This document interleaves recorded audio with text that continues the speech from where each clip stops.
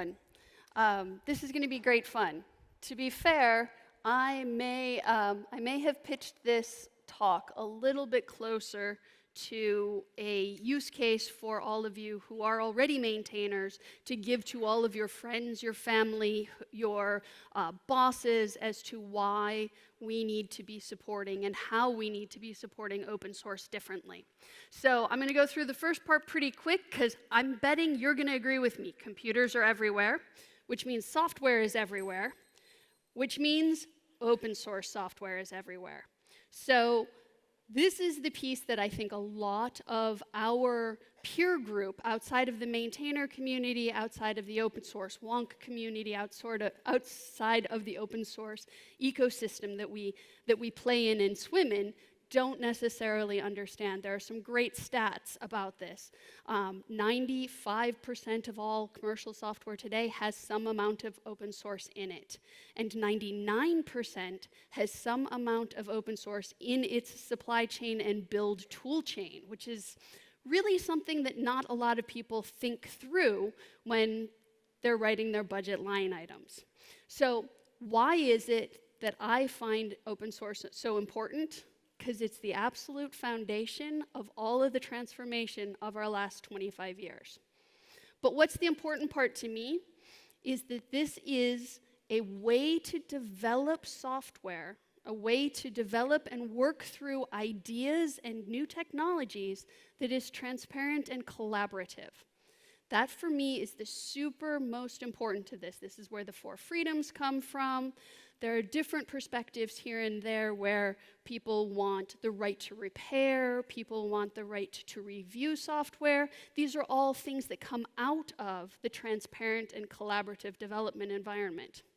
But there's another piece that we all take for granted and that we don't necessarily have clear understanding with in the broader software development company, corporate, capitalist mindset, which is this is a social contract. And using open source is based on the social contract of you will use it and you will participate. So that's awesome. And we get this. 400 people here, 200 plus maintainers. It's really heartening for me to see this group. So this social contract, we understand it, but it's really tough to explain to your lawyers. It's really tough to explain to executives sometimes. Well, I don't have a contract that says I have to pay for this. So why am I going to pay for this? How am I going to pay for this? In some cases, when you talk about projects that have just 1 or 2 or 3 maintainers, there aren't great ways for large companies or even medium-sized companies to rationalize overpaying a single human. So it's a social contract, and that's the first thing that I remind people when I'm talking to big companies. Then there's another component of this, which is the governance. And this all ties into the transparency and collaborative development, the social contract, and the governance tie into why we end up with trusted software. So governance is the write it down as to what you can expect. We've seen some communities recently that are behaving in ways that are, shall we say, outside of the norm. And those communities are struggling because what used to happen, what has always happened, what has always been expected, what even was written down as governance, is now being used, misused, or even in some cases potentially exploited. That's the piece that we really need to understand, is this social contract ties to the governance so that we can be trusted. And this is the greatest challenge we have in front of us right now, is trust in open source. We have concerns from large-scale companies that are worried about the trust. Are they able to get what they expect? We have seen increases in varieties of security issues. We have people really wondering if this is the possibility, if this is a possible way for our infrastructure to continue forward. Now, Mike said that I self-title myself as a recovering open source wonk. That's partly because I've stepped out of open source as my primary role at this point because I want to work on critical infrastructure. Now, don't tell anybody. A lot of our critical infrastructure, which is software, is based on open source. But don't tell, because if people know that, then they start to wonder, they start to ask questions. But actually, I'm still working on open source. I'm just working at it from a different perspective. So let's put on our tinfoil hats and figure out what we can do to sort of red team about these problems around trust. So I'm going to bring up my first concern, and that is open source is people. And open source is people in a way that companies are people, but companies are something that legally we understand much better. Legally, we have a way to engage with a company in a very different way than we have in an ability to engage with a community. A community is a much more nebulous thing. This is one of the reasons we have these foundations. This is one of the reasons we have companies that lead projects. This is one of the reasons that we have single incorporated individuals who are also sometimes leading projects. So sometimes, we've all seen the XKCD cartoon. I didn't want to throw it in here because we've all seen it, but I did have to reference it with the blocks. Open source is sometimes one person holding up an incredibly critical piece of software.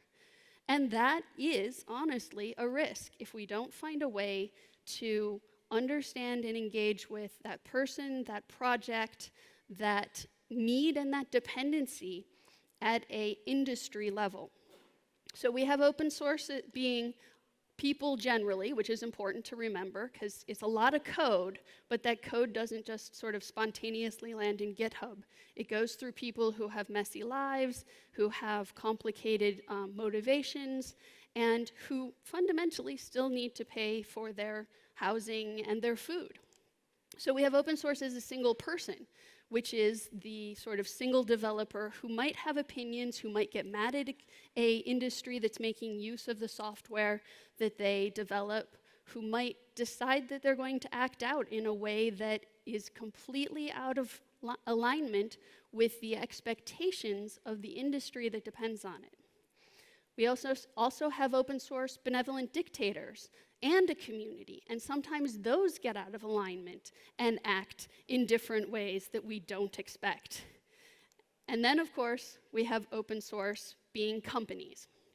And in these cases, we have companies that use open source as a potential distribution mechanism, as a way to draw attention and engagement with their project, and then ostensibly their product.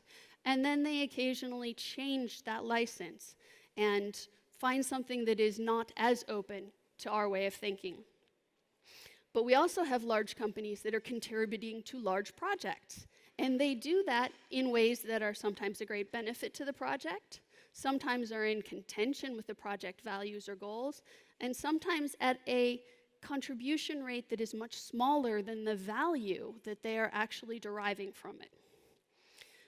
So with these risks, the whole people side of risk, on top of all of the software risk, the general security, oops, we made a mistake and we need to fix that bug kind of risk, how do we go ahead and build trust?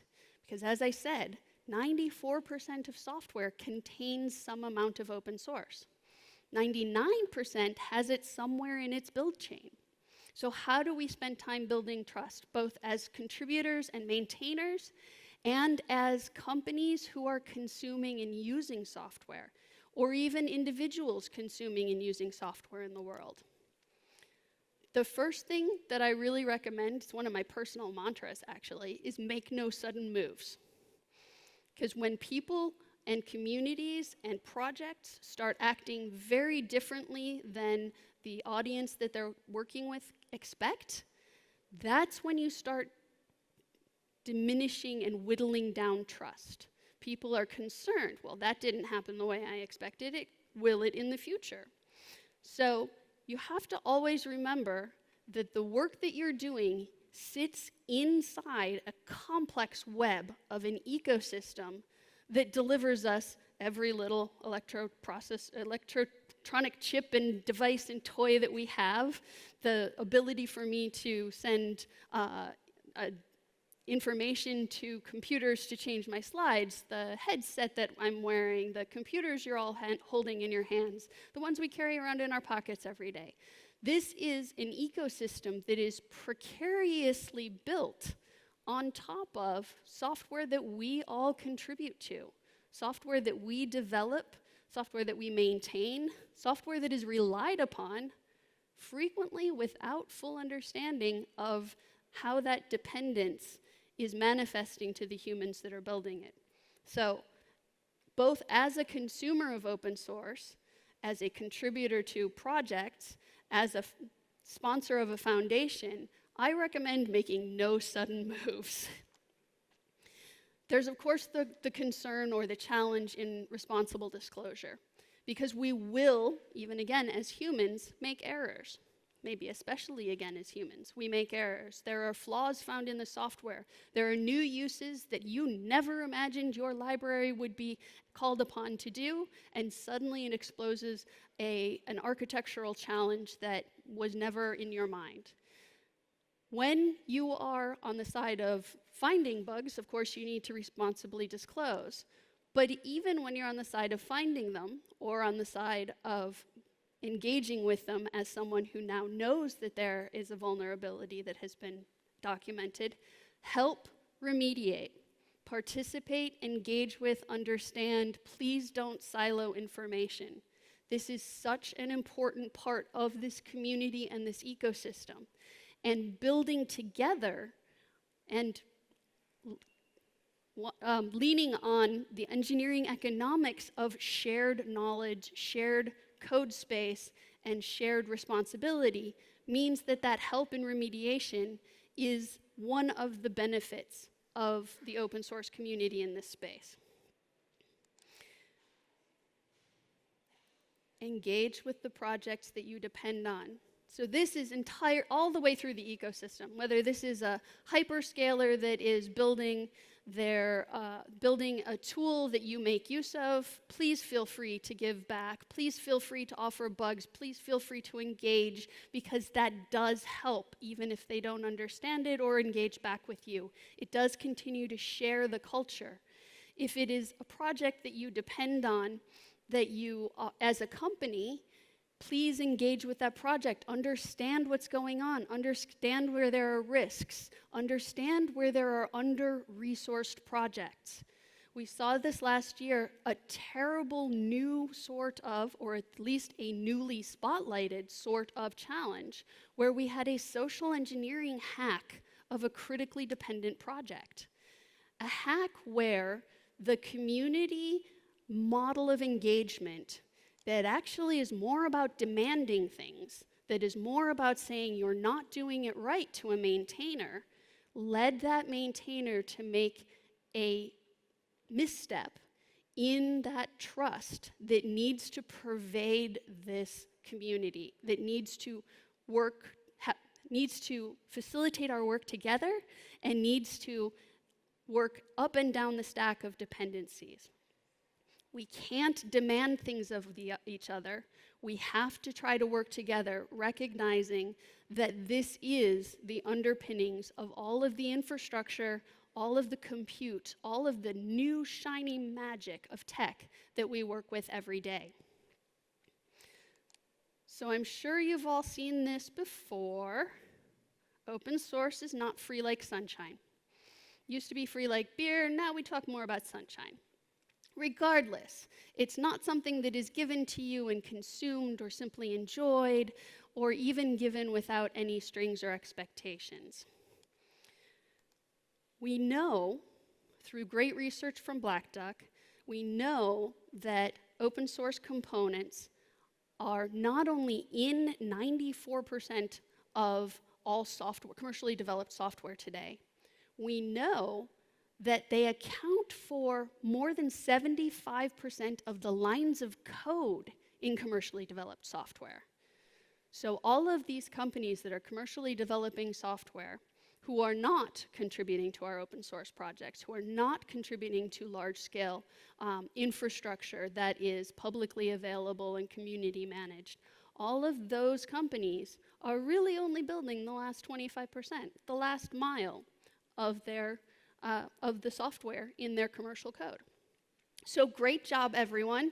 We've actually conquered the world. We write 75% of the software, commercial software out there today through the engineering economics of reusable building blocks of open source code. Go team. Now that said, we still have to make more clear, and you'll all know this slide too, we have to make more clear to everyone that open source is free like a puppy. You can take it on, you can bring it into your project, you can make use of it in your commercially available software, you can make money on it. And you need to make sure that it is dependable, that it is reliable, that you're updating your dependencies, that you're working to be able to understand where you have critical dependencies, what software you're depending on, and be able to remediate it in the event of a vulnerability. So I want to close this. Like I said, this is probably more for you as a piece of content to use in your peer group and in the industry abroad, because I'm pretty sure you're all really close to my heart, and I'm preaching to the choir here.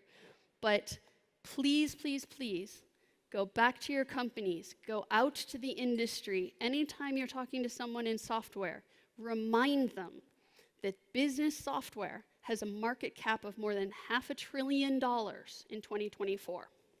If 75% of that code comes from open source dependencies, we're not investing enough in our communities, in our software supply chain, and in the code that makes our businesses possible. So please, please, go back to anyone you know that's in software and point to these statistics and say, what are you offering to the open source software community? What projects do you contribute to? How are you managing that engagement? And how are you showing and how are you connecting that to the impact that 75% of your commercial software comes from this community? I think the connection's pretty direct. I don't think we have to do a whole lot to explain it and to defend it, but we do need to call attention to it. So please, talk to the companies around you, talk to the industry, and help remind them that they build software today and have these great commercial successes because these open source communities deliver them trustworthy, reliable, safe, and rapidly remediated software that's freely available under an open source license. Thank you.